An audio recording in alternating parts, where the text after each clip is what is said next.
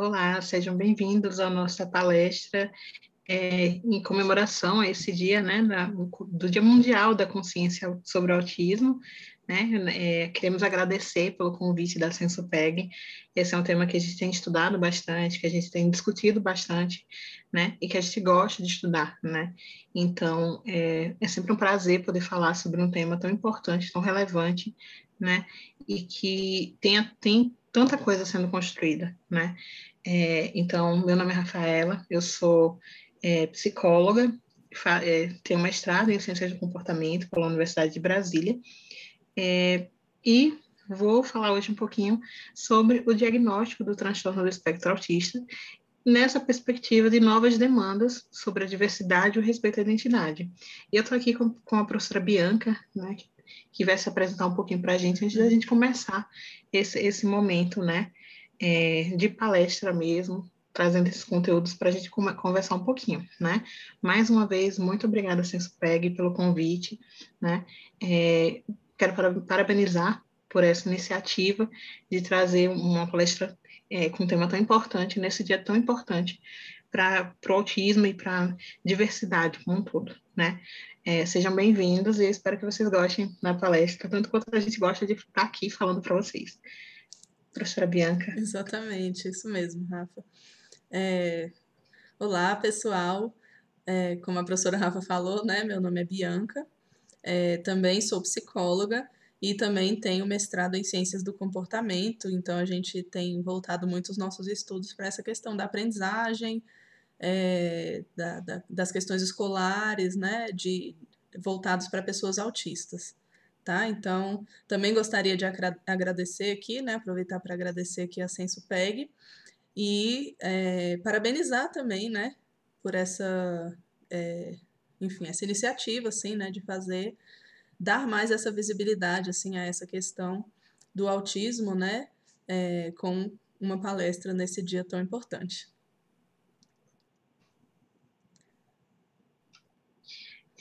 Só deixando aqui, né, registrado essa imagem sobre o Dia Mundial da Consciência sobre o Autismo, né, que, na verdade, como a gente sempre tem datas comemorativas, é apenas um dia para destacar, né, o que a gente precisa fazer durante todo o ano, né. Então, a gente precisa sempre estar de olho nessas diversidades, na forma como a gente pode acolher, na forma como a gente pode trabalhar de forma que respeite, né, essa identidade das pessoas autistas. Para começar, a gente queria falar um pouquinho, né, sobre os transtornos do neurodesenvolvimento, que é como o DSM, né, nosso manual diagnóstico, ele descreve, né, esses quadros, esses transtornos, que são agrupados juntos, que têm algumas características em comuns, tá? Em comum.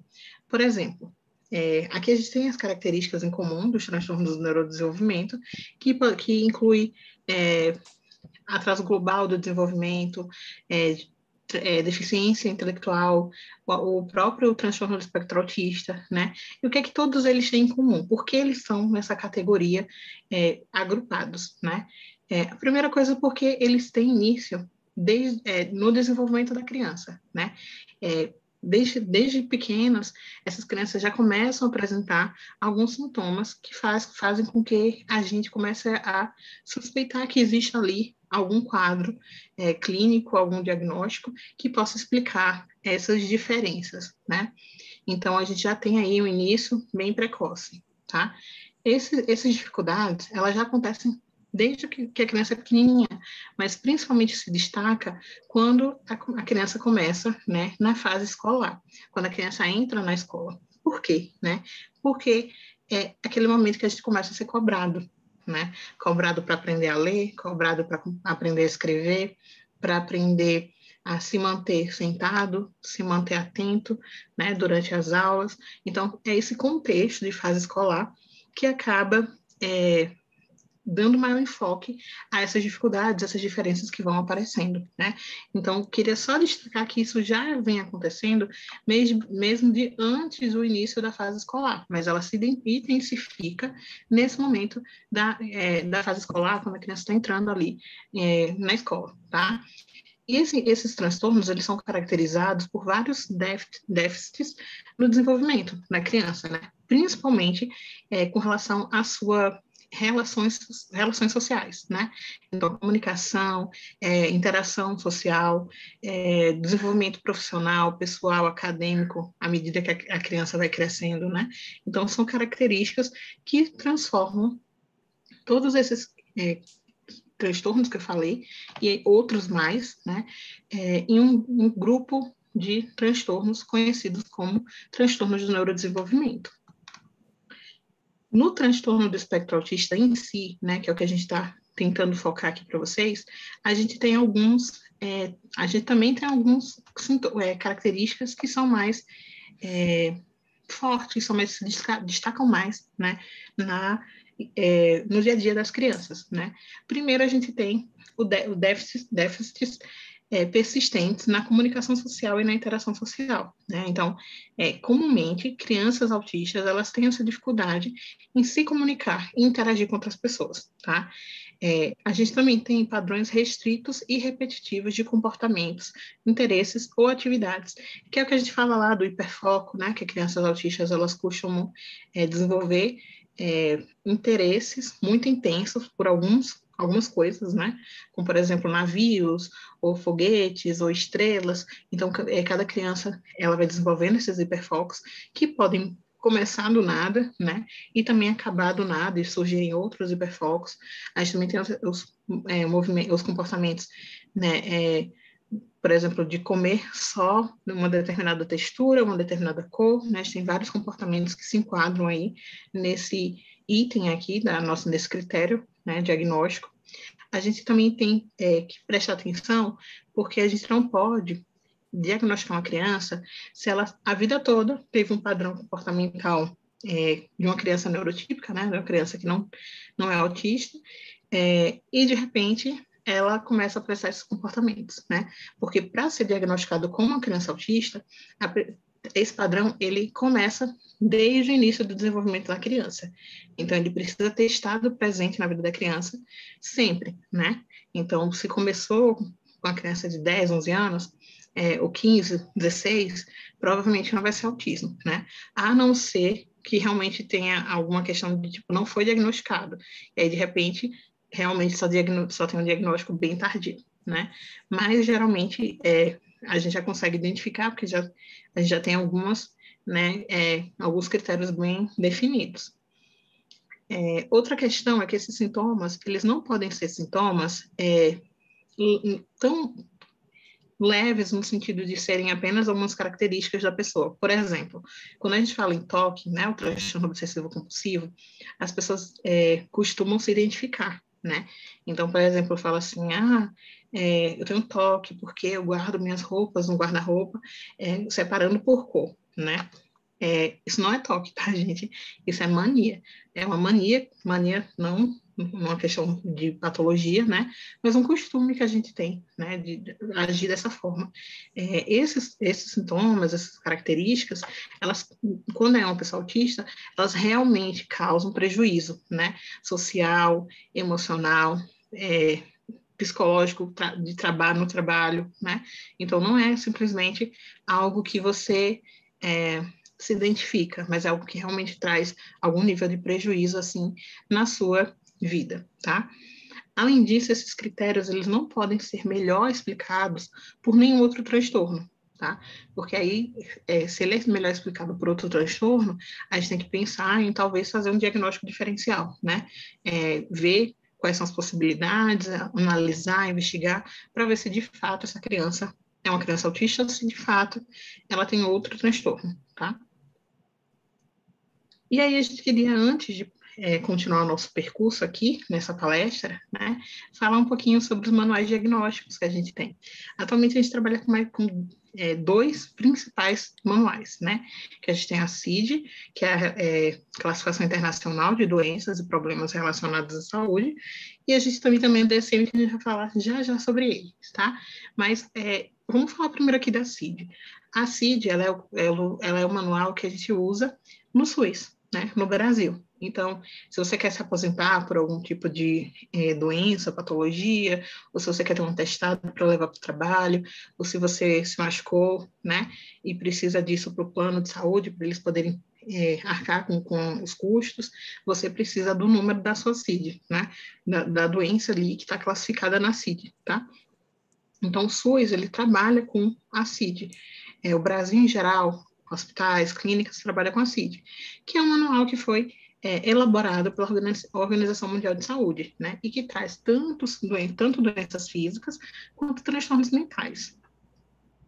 Já o DSM, que é o Manual de Diagnóstico Estatístico de Transtornos Mentais, ele é um manual que foi feito pela APA, né? Pela Associação Americana de Psiquiatria, e ele é mais usado fora do país, né? Mas a gente também usa muito o DSM, né? Principalmente quando a gente está fazendo pesquisa. Pesquisa na faculdade, na graduação, na pós, a gente usa muito o DSM, tá? Só que diferente da CID, ele não vai trazer doenças físicas, ele traz somente transtornos mentais. Mas, deixa eu passar primeiro essa tirinha aqui para vocês, para a gente poder comentar um pouquinho, e aí eu explico já porque a gente está falando desses manuais, tá bom? Lendo aqui essa tirinha. O meu colega Vitor toma Ritalina. A mãe dele disse que ele precisava, porque o Vitor se comportava feito criança, né? E é justamente sobre esse tema que a gente quer falar também, tá? Tem vários temas que a gente preparou para vocês, mas esse também a gente queria trabalhar com vocês, que é a questão da medicalização da vida, né? Então, sim, a gente tem várias crianças com vários transtornos, né?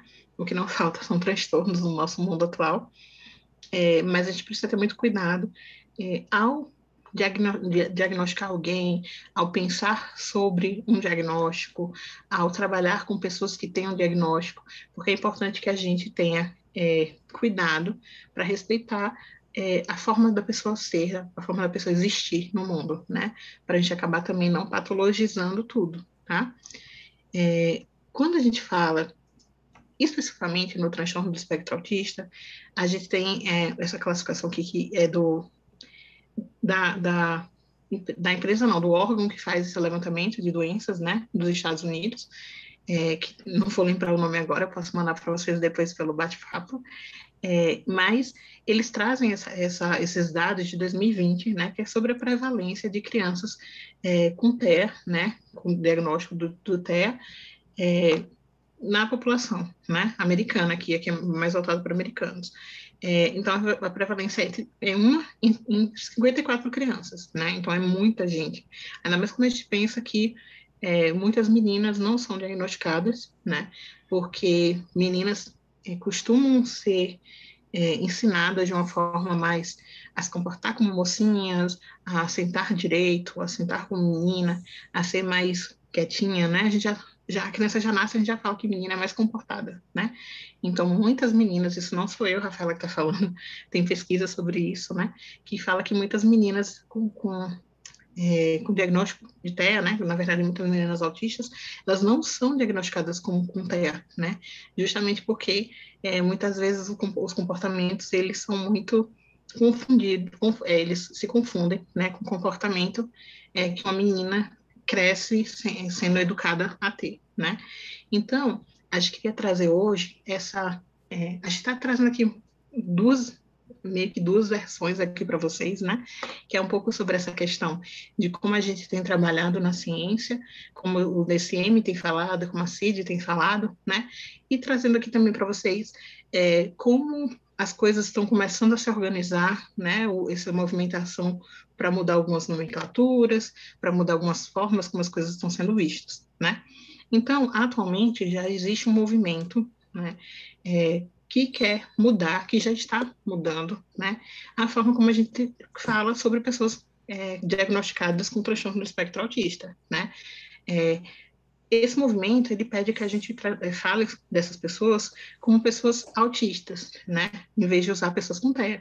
Deixando bem claro, gente, que a forma como a gente tem usado na ciência, como tem sido aceito cientificamente, é o termo pessoas com TEA. Mas a gente está falando aqui desse novo movimento que está, né? entrando aí nesse cenário de lutas sociais, né? E que a gente está aqui ouvindo, tentando aprender, tentando discernir o que faz sentido, o que não faz, para a gente e também tentando se colocar no lugar deles também, porque muitas coisas não vão fazer sentido para a gente vai precisar fazer um esforço para entender também, porque não é da nossa realidade, né? Então, a gente está tentando realmente conhecer mais, né?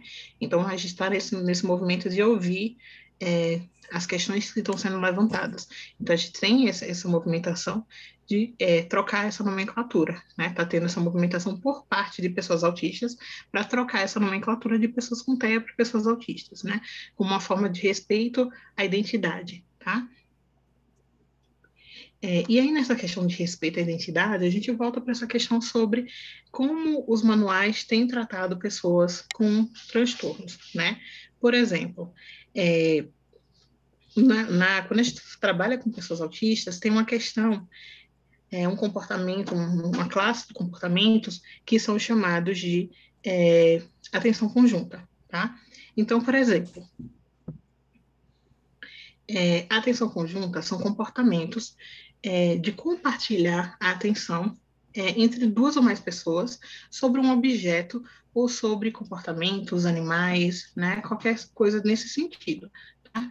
E aí, quando a gente está trabalhando com atenção conjunta, que a gente olha para os manuais diagnósticos, por exemplo, o DSM, eles trazem uma concepção que é um pouquinho diferente do que a gente está vendo nas nossas pesquisas, né? Eu trabalhei no meu mestrado com atenção conjunta, né? Verificando se um tipo específico de leitura poderia favorecer o desenvolvimento da atenção conjunta, né? Mas antes de falar sobre essa pesquisa, eu queria falar para vocês o que o DSM fala sobre atenção conjunta, né? E o DSM fala o seguinte: um aspecto precoce do transtorno do espectro autista é a atenção compartilhada prejudicada, conforme manifestado por falta do gesto de apontar, mostrar ou trazer objetos para compartilhar o interesse com outros, ou dificuldade para seguir o gesto de apontar ou olhar indicador de outras pessoas. Os indivíduos podem aprender alguns mas seu repertório é menor do que o de outros e costumam fracassar no uso de gestos expressivos, com espontaneidade na comunicação, tá? E aí é onde a gente entra nessa questão do manual diagnóstico. Eu não sei se eu coloquei mais para frente, acho que não, mas não tem problema, eu trago aqui para vocês. Quando a gente estava falando lá dos manuais, por que eu estava falando deles, né? Eu estava falando porque eles são muito importantes, eles são essenciais para nortear o nosso trabalho, né? Dizer mais ou menos o que esperar, né? O que é mais comum, o que é mais frequente, mas eles são manuais descritivos, estatísticos, né? O que é que isso quer dizer? Isso quer dizer que eles falam sobre os comportamentos que são mais frequentes em um determinado tipo de população, tá? Então, nessa população de pessoas autistas, é muito frequente a atenção compartilhada estar prejudicada, tá? Mas aí onde é que está o X da questão? Não é porque é mais frequente a ocorrência desses comportamentos que outros tipos de comportamentos não podem acontecer, tá? Eles apenas são mais frequentes. Então, a gente está trazendo isso aqui porque a gente quer destacar mesmo, né, essa questão de que a gente tem que usar os manuais, a gente tem que se orientar por eles para entender um pouco mais esses transtornos, esses quadros que a gente estuda, depressão, a questão do autismo, TDAH, todos eles, tá? A gente precisa saber, tá? Mas a gente não pode usar esses manuais como se fossem receitas de bolo, porque a partir do momento que a gente usa como se fossem receitas de bolo, a gente ignora toda a potencialidade que essas pessoas têm, né? Por exemplo, aqui o DSM está falando que crianças autistas são praticamente capazes de ter comportamentos de atenção conjunta mais desenvolvidos, né? É tudo um pouco mais até quase mecânico aqui, pelo que está sendo dito, né? E aí, quando eu fui pesquisar sobre atenção conjunta no meu mestrado, né, eu estou agora no doutorado, nessa mesma área, na Universidade de Brasília, mas quando eu fui pesquisar sobre isso no meu mestrado, eu trabalhei com 4 crianças que elas não tinham comportamento vocal, quando a gente começou a trabalhar com elas, né? Então, elas não respondiam vocalmente.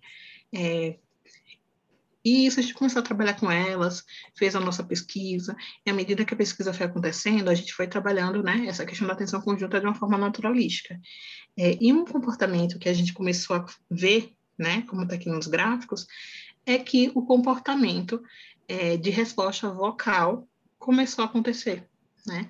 Então, assim, aqui, nesse primeiro gráfico, a gente tem a participante Camila, né?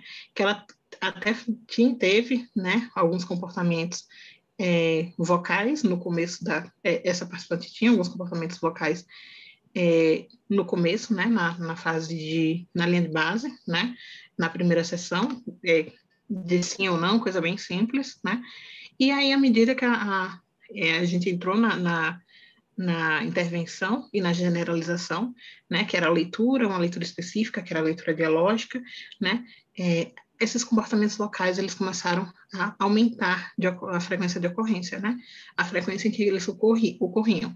Em Mateus, por exemplo, nem tiveram comportamentos com respostas vocais na linha de base, e a partir do momento que entra na leitura dialógica, esses comportamentos eles começam a acontecer, né?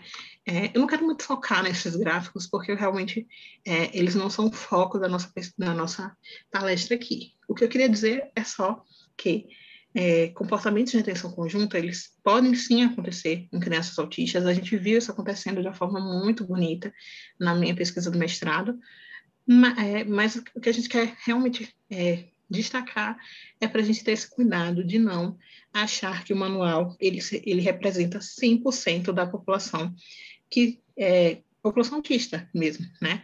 Então, ele representa a maior ocorrência, né, de comportamentos, de critérios diagnósticos, mas ele não representa a totalidade, né?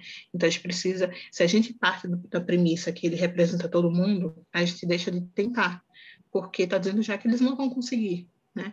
E a partir do momento que a gente pensa, tá, beleza, vamos ver se isso realmente se aplica para todo mundo, se não se aplica, se a gente consegue desenvolver com alguém, né? A gente começa a aprender um pouco mais, né, sobre essas pessoas.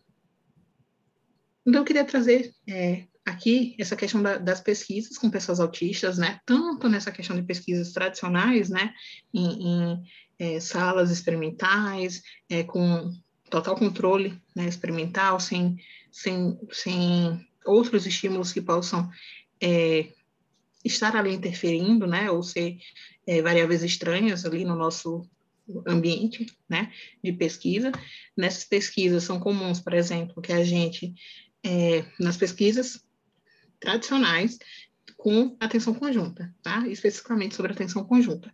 É normal que, por exemplo, a gente veja pesquisas onde os pesquisadores ensinam essas crianças a olhar para algo, a desviar o olhar, ensinam a sorrir, né? Ensinam diversos desses comportamentos, eles às vezes tocam no rostinho da criança, vira para um lado, vira para o outro, né? Tentando fazer esses comportamentos serem desenvolvidos. E tem bons resultados, né? Eu não estou dizendo que não tem, eles têm ótimos resultados. Porém, a gente está aqui também trazendo essa questão de que é possível também desenvolver comportamentos em ambientes naturalísticos, tá? Então, na minha pesquisa, ela foi em escola e a gente teve bons resultados.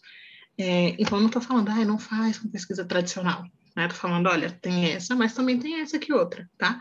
E aí você precisa realmente olhar para o que você quer investigar, olhar para os seus participantes, olhar para as pessoas que estão ali envolvidas e ver o que realmente te interessa fazer, né? E aí, nesse contexto de respeito às diversidades, respeito à identidade da pessoa autista, respeito a essas novas movimentações que estão acontecendo, né, a gente trouxe aqui também esse conceito de capacitismo. Tá? O capacitismo ele é um preconceito contra pessoas com deficiência. Tá? E a gente vai falar daqui a pouquinho como esse preconceito ele acontece de maneiras diferentes do que a gente pensa. Tá? Mas antes de chegar nisso, eu queria falar sobre a origem do capacitismo, tá? Vou ler aqui rapidinho para vocês. O capacitismo remonta do governo nazista, quando em 1933 o sonho de Hitler se materializava no formato de uma lei que permitiria a dita higiene racial. A lei de prevenção contra a prole geneticamente doente determinava que as pessoas que possuíam determinadas condições, tidas como congênitas, como esquizofrenia, bipolaridade, epilepsia, etc., fossem conduzidas para um processo de esterilização, do qual fazia parte um parecer médico e uma autorização judicial. Mais de 400 mil pessoas foram esterilizadas na Alemanha. E após esse programa, né, o programa Action T4, né, assassinou mais de 260 mil pessoas com deficiência no mesmo país, em nome da morte misericordiosa. O programa se valia do slogan, uma vida que não valia apenas ser vivida, né? Então, a gente é parte desse início aí, bem problemático, né? Olha o slogan, uma vida que não valia a pena ser vivida, né? Então, eu queria, antes de passar a palavra para a Bia, né, para ela falar um pouquinho mais para a gente sobre outras questões que a gente queria trazer aqui também, que se deixar de falar aqui 3 horas, né?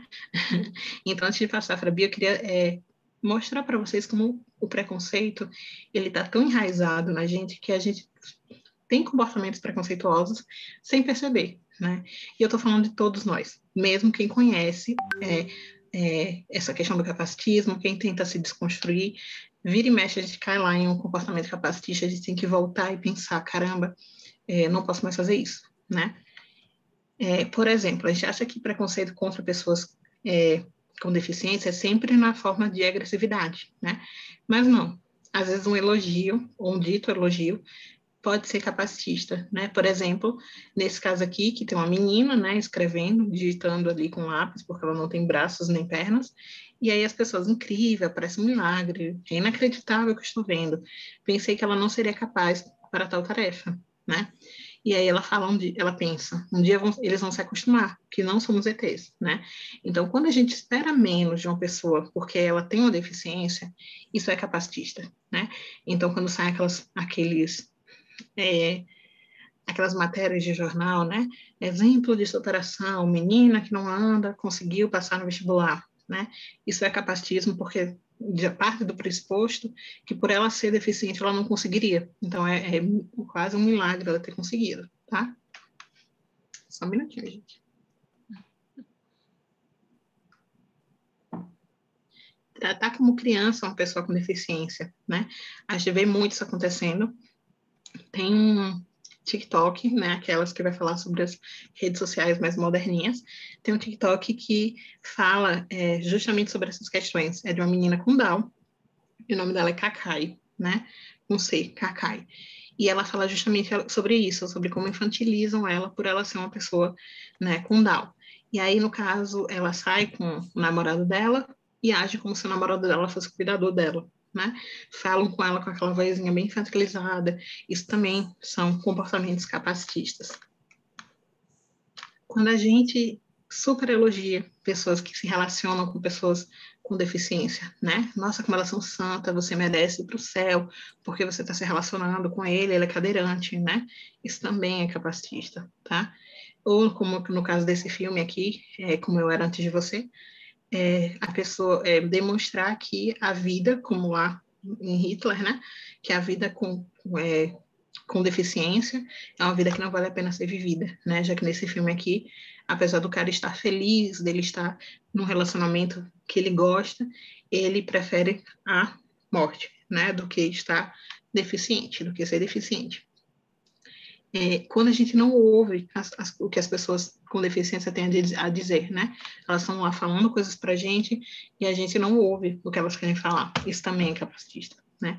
Inclusive, esse símbolo aqui, ele é o símbolo atual, né? Sobre a neurodiversidade. Bianca vai falar um pouquinho para a gente sobre o que é a neurodiversidade. É um termo novo, não tem ainda embasamento científico, né?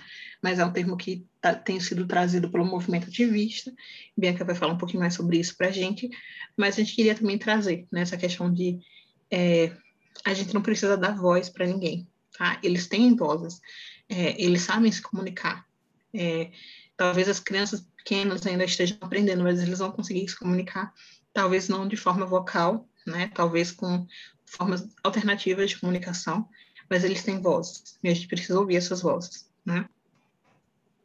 Só que foi o que eu estava falando, né? Sobre achar que a morte é pior do que ter uma deficiência, achar que pessoas com deficiência não têm vida sexual, né? Tem uma YouTube, ela não é youtuber, é uma digital influencer, Mariana Torquato. Ela tem um canal que é o Vai Uma Mãozinha Aí, né? Que é um canal sobre deficiências em geral, né? E aí ela fez um vídeo incrível no Instagram falando justamente sobre a vida sexual de pessoas com deficiência, né? Recomendo, né? Inclusive você seguir em perfis de pessoas com deficiência. E aí nesse movimento, né, de entender um pouco mais sobre essas mudanças que estão começando a acontecer, que ainda não tem embasamento científico, mas que parte do olhar das próprias pessoas autistas, né?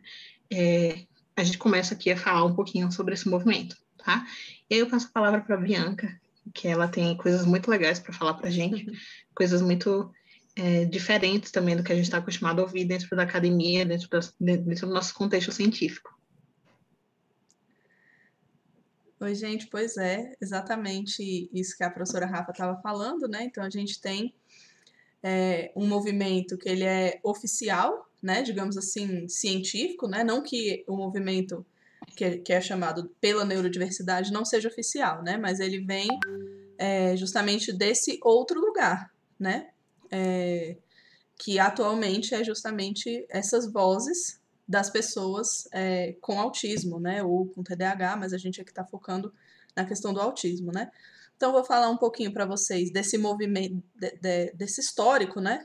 Do surgimento desse movimento, que mostra também, né? Assim, o quanto que é importante a gente ter movimentos sociais associados a essas questões de saúde mental, né?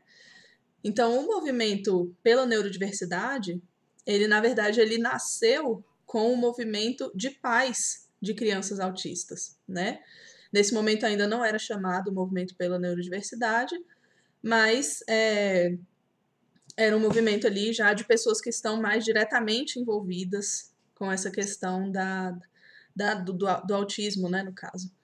Então, os pais, eles, nesse primeiro momento, eles percebiam que os filhos, né, tinham uma condição que os profissionais de saúde, que a ciência ainda não tinha uma denominação, né, não tinha intervenções adequadas, enfim, não se sabia muito o que fazer, né, como seria o manejo clínico, por exemplo, né, dessas crianças, desses filhos.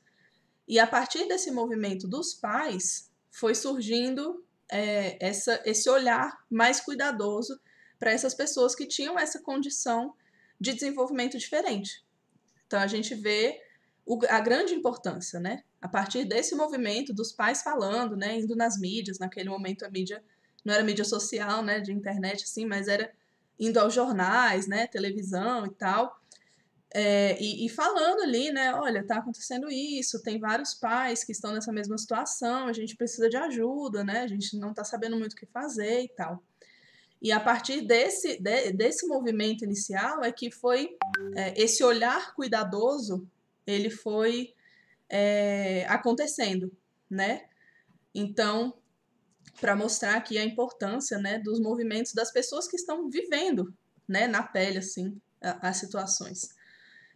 O movimento de profissionais de saúde foi um movimento que se juntou muito ali, né, ao movimento dos pais. Então, a partir do momento que esses pais começaram a falar, os profissionais de saúde passaram a falar também, né? Então, olha, realmente existe essa condição, né, nas mídias e tudo, falar que existe essa condição e que é preciso dar uma atenção a essa condição para que pesquisas sejam feitas, né, sobre manejo, enfim, sobre medicalização, se necessário, e assim por diante, tá?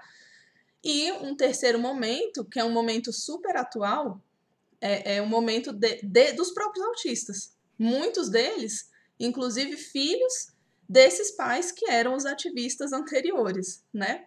Então, essas crianças cresceram e passaram a ter a necessidade, assim, delas mesmas falarem, né?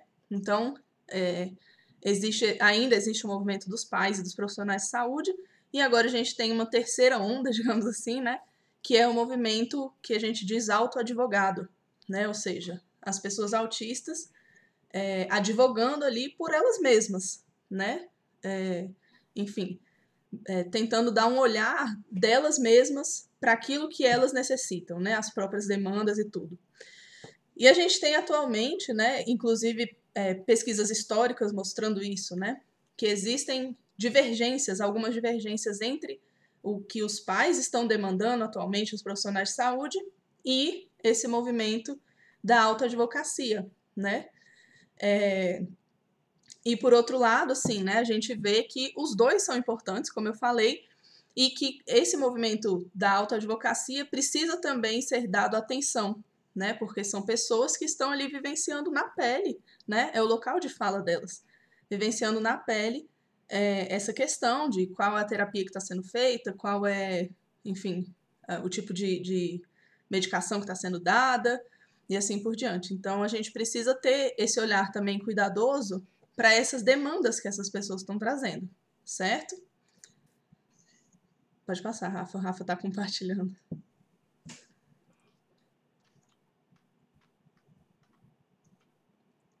E aí, só trazendo assim, né, a título de exemplo, a gente tem várias, na verdade, né, associações originadas desse movimento da terceira onda, né, esse movimento de autoadvocacia, ativista autoadvogados, né.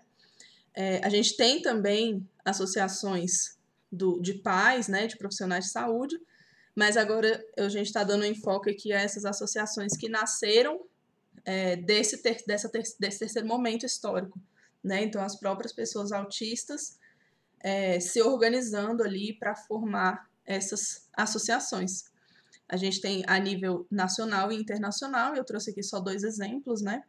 A ANI, que é uma associação internacional, e a Abraça, que é uma associação brasileira, né? Para ação por direitos de pessoas autistas, formada, dirigida, né, por pessoas autistas e com pessoas autistas do topo da organização até todos os âmbitos de trabalho ali dentro dessa associação, certo? Pode passar. E aí, a partir, né, desse terceiro movimento, a gente tem algumas novas demandas surgindo. E uma delas talvez assim a principal, né, a que seja assim o coração das demandas, das demais demandas, né, das outras demandas, seja justamente essa demanda pela aceitação, né, ou pela, enfim, pela aceitação, né, mesmo do autismo enquanto identidade, né? Então, essas pessoas, né, esses autistas, eles têm trazido muito a questão de que o autismo, as características que aquela pessoa tem, elas fazem parte da identidade. Então, não são uma doença, por exemplo, né? São identidade, né? Faz parte da manifestação daquela pessoa. E dentro disso a gente entra nessa questão do debate em relação às terapias, né? Em nenhum momento as pessoas autistas estão negando que a terapia é importante ou que aprender novas habilidades seja importante, né? Mas a questão da terapia, o que eles defendem é que ela deve ter um foco no bem-estar, né? E o bem-estar envolve uma magnitude de questões, né? Inclusive aprendizagem de habilidades, por exemplo, comunicativas, habilidades de trabalho, habilidades sociais, habilidade de aumentar o repertório de comportamentos dentro do comportamento repetitivo, enfim. Mas com foco no bem-estar, né? Então, o foco das terapias não seria, por exemplo, ajustar essa pessoa para que ela se adapte melhor à escola por uma demanda da escola, mas sim por uma demanda dela, né? Ela vai se sentir melhor se aquele tipo de intervenção for feita e ela vai conseguir se sentir mais acolhida, por exemplo, num ambiente escolar, né? Uma demanda dela que vai aumentar o bem-estar dela, tá? E aí, dentro dessa questão, a gente tem o outro dia aqui, né, de comemoração relacionado ao autismo, que é o Dia do Orgulho Autista, né, que foi cunhado aí como dia 18 de junho, e em que são feitas comemorações justamente pela identidade, né? o orgulho autista vem justamente para essa demanda de valorização da identidade do autismo, né? Como características do autismo como parte da identidade daquela pessoa, certo? E uma outra questão, né, muito relacionada a isso e que tem, de novo, né, dois vieses aí que a gente vai comentar daqui a pouco, é justamente essa questão da empatia, né? Então, quando a gente fala em valorizar a identidade, em focar no bem-estar dessa pessoa, sentir empatia ou se colocar no lugar dessa pessoa autista é um passo essencial, né? Então, a gente fazer esse movimento das pessoas ditas neurotípicas, né, fazerem esse movimento de se colocarem no lugar das pessoas com autismo, pessoas autistas, é um ponto essencial assim para que a gente consiga começar a atender essas demandas novas, né, que vem surgindo aí nesse campo, tá? Pode passar, Rafa. E quando a gente fala de empatia, a gente tem algumas definições, né? Trouxe aqui brevemente. Então, é a habilidade de entender e compartilhar sentimentos com outra pessoa, a capacidade psicológica para sentir o que sentiria outra pessoa, no caso, né, dessa pessoa estar na mesma situação vivenciada pela primeira. E a gente tem alguns sinônimos, né? Afinidade, sentir rapport, né? Ter uma sensibilidade com essa pessoa e assim por diante. Pode passar.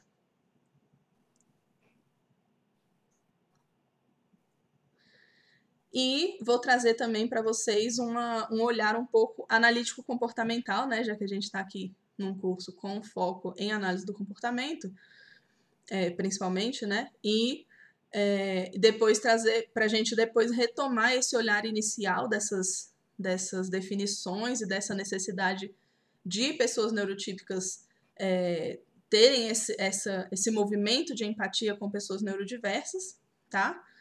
Então, dentro da análise do comportamento, a gente diz que a empatia ela é uma classe funcional de comportamentos, né? Ou seja, são comportamentos que podem ser manifestados de diversas formas, né?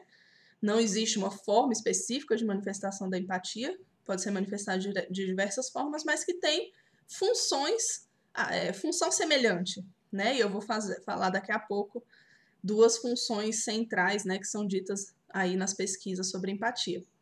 A empatia é um comportamento que é dito como aprendido nas interações, então traz uma novidade aí, né, dessa possibilidade de aprender, e um comportamento que, assim como uma classe funcional de comportamentos, que assim como os outros comportamentos, pode ser selecionado e mantido pelas consequências, né, a nível filogenético, ontogenético e cultural. Eu vou explicar cada um desses pontos daqui a pouquinho. Pode passar. Então, como eu falei, né, que eu ia trazer algumas funções, a gente tem alguns autores que trazem a função dessa classe funcional de comportamentos empáticos um pouco divergentes, assim, né, mas que tem muita relação, né? Então, Rocha, em 2010, vai dizer que a função dessa classe de comportamentos é a manutenção da relação entre os indivíduos com base na compreensão e expressão de sentimentos. Delprete e Delprete, por sua vez, vão dizer que a função está muito mais relacionada com validar o sentimento daquele que está vivendo aquela experiência, tá? Pode passar. E retomando, né? Como eu falei, são comportamentos que eles passam pelos 3 níveis de seleção. Quando a gente está falando de uma seleção filogenética, a gente está falando de um nível de seleção, de um processo de seleção de comportamentos que ocorre ao longo da história evolutiva da espécie, né? Então, aqui no caso da espécie humana. Então, se a gente pensar, né, a forma como a gente evoluiu dos animais, passando por milhares e milhares de anos até chegar né, ao nosso momento atual, a gente falar de uma seleção filogenética, a gente está dizendo de todos esses comportamentos que ficaram, né, que foram selecionados ali ao longo do tempo. Entre eles está a empatia, então, né? A gente tem algumas evidências dessa seleção que estão, por exemplo, nos neurônios espelho e em comportamentos de animais, como chimpanzés e bonobos. São evidências filogenéticas, tá? Pode ir. a nível ontogenético, a gente tem a possibilidade, né, explicando rapidamente o termo, são aqueles comportamentos que são selecionados ao longo da história de aprendizagem de uma pessoa, né? Então, desde criancinha ali, no contato com a família, com o ambiente, com a escola, né? A criança vai se comportando e a nível ontogenético a gente diz que aqueles comportamentos que são bem-sucedidos, né? Falando em termos gerais, assim, esses comportamentos bem-sucedidos são aqueles que permanecem, né? Que ficam ali no repertório da criança. Então, a nível ontogenético, a gente tem que a empatia ela tem relação com as práticas educativas e com os estilos parentais, tá? Então, ou seja, essa relação com o mundo da criança, né, da criança com o mundo, as práticas educativas e os estilos parentais são de central importância para o desenvolvimento da empatia, né? Quando a gente fala de prática educativa, esse equilíbrio entre a exigência dos pais e o suporte que eles dão para essa criança ajuda muito no desenvolvimento da empatia. Então, se o pai exige, tem uma exigência muito grande, mas ele é um pai, né, uma pai ou uma mãe que dão um suporte muito grande, a exigência é grande, mas o suporte também é muito grande, então tá ótimo, porque tá equilibrado. Se a exigência não é tão grande, né, mas o suporte também, a criança não tem muito suporte, mas a exigência também não é, a gente também tem o equilíbrio. E o ideal mesmo para o desenvolvimento da empatia é que isso seja revisto momento a momento, digamos assim, né? Então, à medida que a criança vai aprendendo, a exigência aumenta e o suporte vai sendo retirado daquela tarefa, né? Específica. E a gente tem também, por outro lado, os estilos parentais, né? E dentre os estilos parentais, o chamado estilo autoritativo, que é aquele estilo de educação, né? Em que os pais definem as regras claramente e consequenciam, né? Então, elogiam a criança quando ela faz uma coisa certa, às vezes colocam o comportamento da criança em extinção, né? Ou seja, não consequenciam quando ela faz uma coisa que não é considerada correta naquele momento, né? Então, regras claras e consequência consistente e principalmente positiva, né? Então, elogiar as crianças, dar, por exemplo, permitir que vá para o parquinho, né? Se fizer a tarefa de casa, esse tipo de coisa, né? Consequenciação positiva está muito relacionada também ao desenvolvimento da empatia. Pode passar. E no nível cultural, a gente pode pensar justamente nessa criança, né? Que se desenvolveu ali e aprendeu na relação ali com os pais, com os colegas e tal, aprendeu esses comportamentos empáticos, né? E ela passa a aplicar isso a nível cultural, né? Então, por exemplo, ela vai participar de uma ONG, enfim, e esses comportamentos aplicados a nível cultural, eles ajudam na manutenção dessa cultura que a criança está inserida, né? Pensando desde o conceito de cultura mais amplo até o conceito de cultura mais comunitária ali, né? Então, essa criança está aplicando comportamentos empáticos nessa comunidade, por exemplo, e isso permite a manutenção dessa cultura, né? Colabora com a manutenção dessa cultura, certo? Pode ir. E a gente queria trazer também um pouquinho dessa visão tradicional, né, de como as pessoas, como os trabalhos, as pesquisas têm falado sobre empatia em pessoas autistas, né? Quando a gente lê textos sobre empatia em pessoas autistas, alguns pontos são mais comuns de aparecerem, né?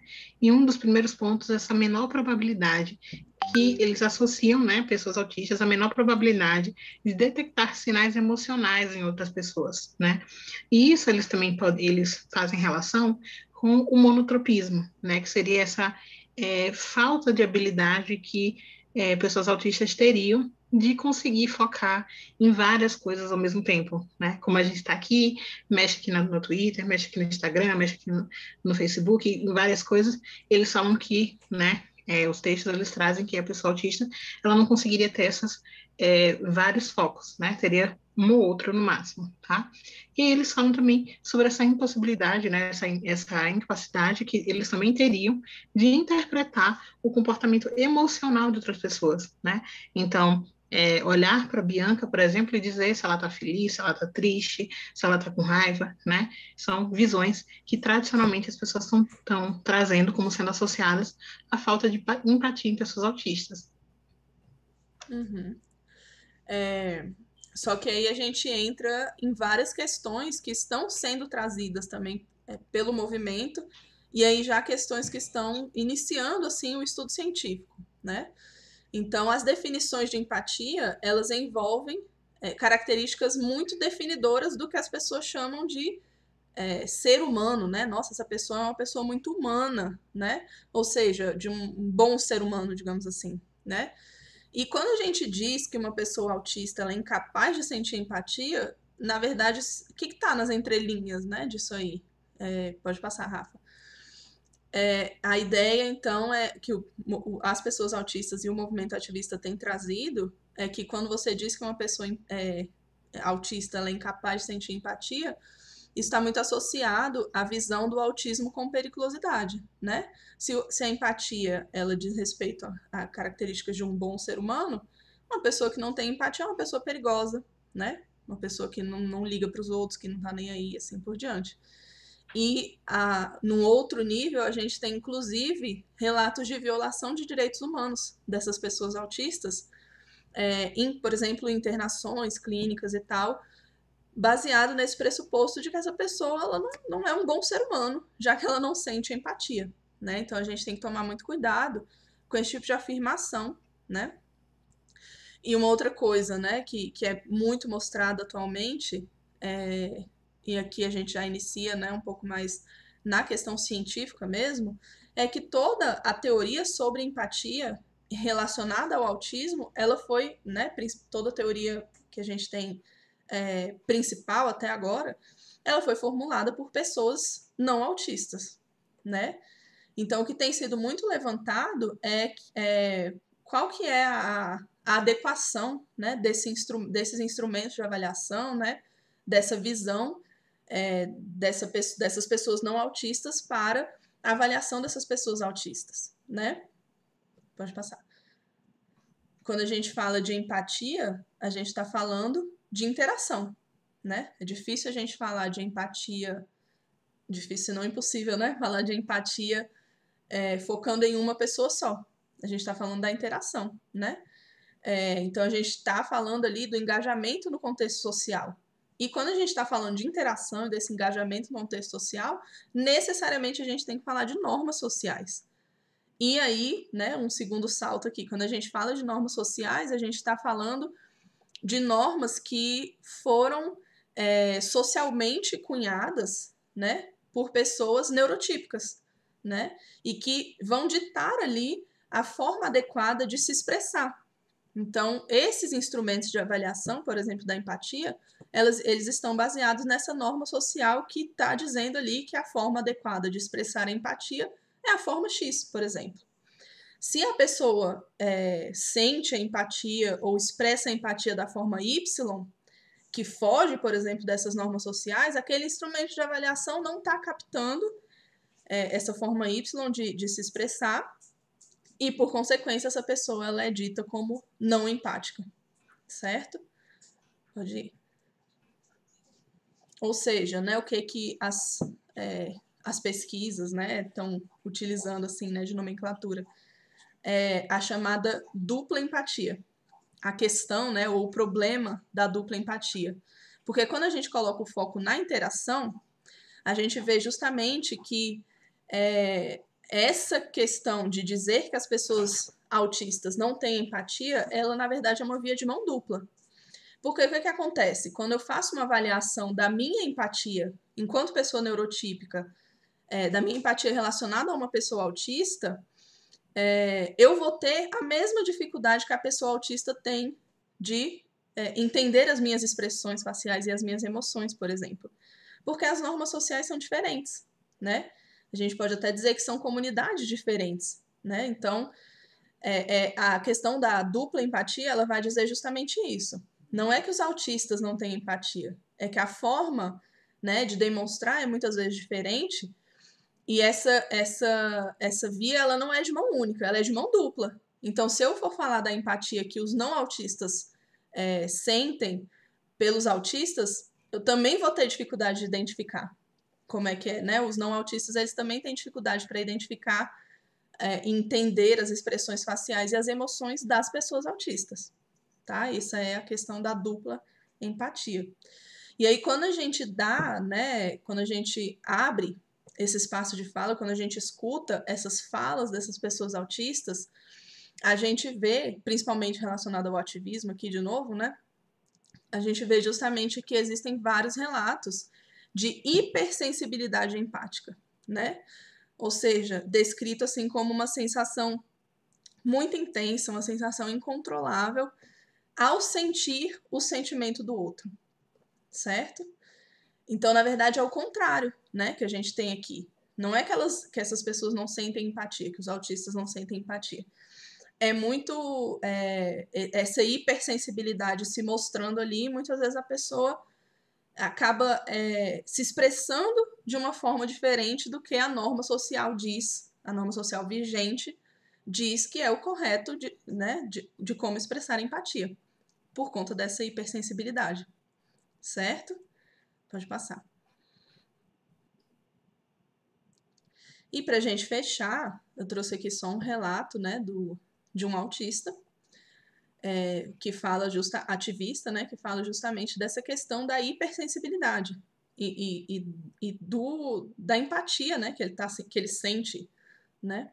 Então ele diz, né, quando você tem disfunção sensorial, você está excessivamente sintonizado com o ambiente, que inclui todas as emoções das pessoas que você está interagindo com e até as emoções que não são ditas da parte deles. O resultado pode ser uma montanha-russa emocional guiada por mim, enquanto eu tento lidar com todo esse bombardeio de informações, além das palavras que essa pessoa está falando. Pessoas neurotípicas podem assumir que nós autistas somos incapazes de empatia, quando de fato acabamos por expressar de forma diferente, né? Reações por meio de nossas expressões faciais e linguagem corporal pode não corresponder ao que a sociedade está acostumada e espera. Então a gente volta para aquela questão da norma social vigente, né? Que está ditando ali que a expressão tem que ser de uma forma e que qualquer outra forma não indica empatia, tá? A gente tem que tomar muito cuidado com essas questões. Enfim, né? Essas foram as referências que a gente usou, que passaram ali. E deixamos aqui, né, os nossos contatos, nossos e-mails, caso vocês tenham dúvidas, né, queiram debater sobre o assunto. A gente adora debater sobre esse assunto. E estamos aí à disposição. E para finalizar, né, gostaria de agradecer novamente o convite e parabenizar por essa expressão, né, tão legal assim de comemoração do Dia da Consciência pelo Autismo. É sempre muito prazeroso, né, fazer parte de uma iniciativa como essa, né? Então, realmente, ressaltar aí, como Bia trouxe, né, essa questão do agradecimento à Senspeg, foi uma oportunidade muito boa da gente estar trazendo essas duas perspectivas, né? Essa perspectiva que a gente está mais acostumado, científica, né, mais voltado para a academia, e essa perspectiva do que está surgindo aí desse movimento mais voltado para as pessoas ativistas, autistas, né? Muito obrigada, Senspeg. E qualquer coisa, vocês podem mandar um e-mail para a gente, que a gente está muito mais do que disponível para conversar sobre esse assunto, que é um assunto que a gente gosta tanto. Muito obrigada. Obrigada, gente.